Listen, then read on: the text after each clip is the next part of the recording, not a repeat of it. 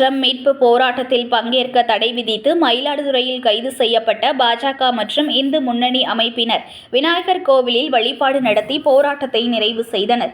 திருப்பரங்குன்றம் முருகன் மலையை சிக்கந்தர் மலை என பெயர் மாற்றம் செய்ய சிலர் முயற்சிப்பதாக கூறியும், திருப்பரங்குன்றம் மலையை மீட்க வலியுறுத்தியும் திருப்பரங்குன்றத்தில் இந்து முன்னணி மற்றும் இந்து அமைப்புகள் சார்பில் ஆர்ப்பாட்டம் நடத்தப்படும் என அறிவிக்கப்பட்டிருந்தது.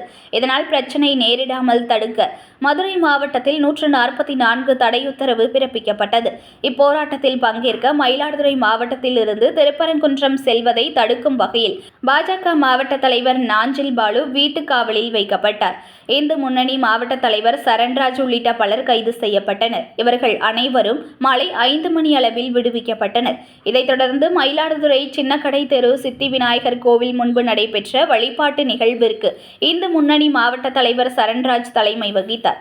இதில் பாஜக மாவட்ட தலைவர் நாஞ்சில் பாலு, மத்திய அரசு வழக்கறிஞர் ராஜேந்திரன், மாநில செயற்குழு உறுப்பினர் சேதுராமன், விஸ்வ இந்து பரிஷத் மாநில துணைத் தலைவர் வாஞ்சிநாதன் உள்ளிட்ட இந்து அமைப்பினர் பங்கேற்று பேசினர். தொடர்ந்து அனைவரும் தீபமேற்றி வழிபாடு மேற்கொண்டு முழக்கங்களை எழுப்பினர்.